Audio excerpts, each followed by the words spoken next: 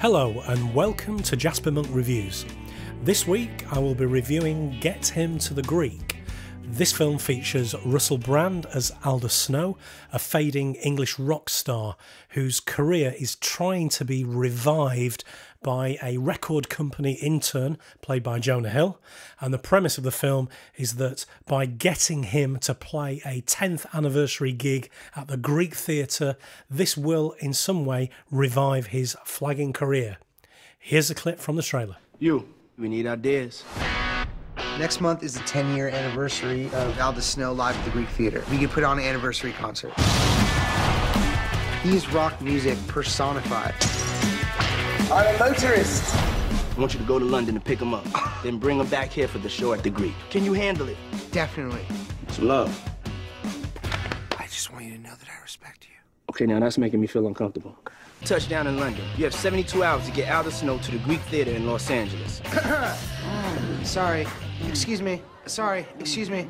Can we please go? Doesn't it make sense that we would stay here and have the time of your life? This is super fun. So, is Getting to the Greek any good? Well, there's some good and there's some bad in this film. I do think that Russell Brand is superb as the quintessential English rock star. Viewers will know, if you've seen Forgetting Sarah Marshall, he is playing the same character. Though in Forgetting Sarah Marshall, he was one of the lesser characters. Now he's been given a movie all to himself.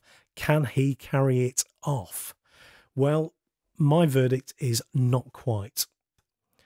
Jonah Hill, supporting character, great. Rose Byrne.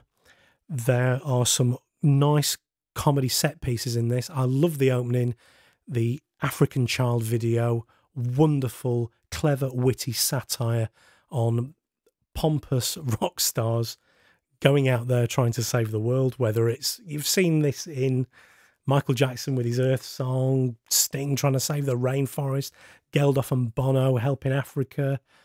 It's very witty, it's very, very clever. However, this level of comedy is not kept up all the way through the film, and it does descend in parts into a bit of gross out stuff. You've got the vomit, the drug taking, the sex, and so on. And it just loses that edge. You know, we're not in Spinal Tap territory here. This is a fairly average rock spoof. I think the Russell Brand character, Aldous Snow, great in Forgetting Sarah Marshall as, one of the incidental characters. A whole movie by himself. He's spread too thinly. There is just not enough material here. Unfortunately, it felt like a lot of set comedy pieces. And you can almost imagine the director saying, yeah, this is the one where this is the scene where you've got to shove drugs up your ass. Yep, that's the scene where you've got to throw vomit across the room. That's the scene where you take drugs and get out of your head, and so on and so forth. But there doesn't seem to be any real strength to the storyline at all. There are scenes with incidental characters like the father, the ex-wife, and so on, but really these people just come and go. I know we're not dealing with drama here, but the very best comedies do have some depth and characters do have some pathos. My problem with the Russell Brand character here is that I didn't quite feel sorry for him enough. He was just a self-centered, egotistical, drug-taking tosser. The second half as well does get slightly darker and a little bit weird.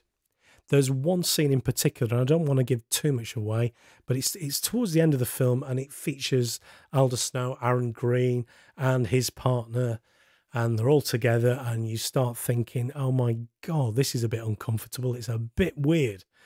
I just thought it didn't work, and it was tonally wrong. I was the kind of person who had some laugh out loud moments in the first half of the film, and then I started to drift away.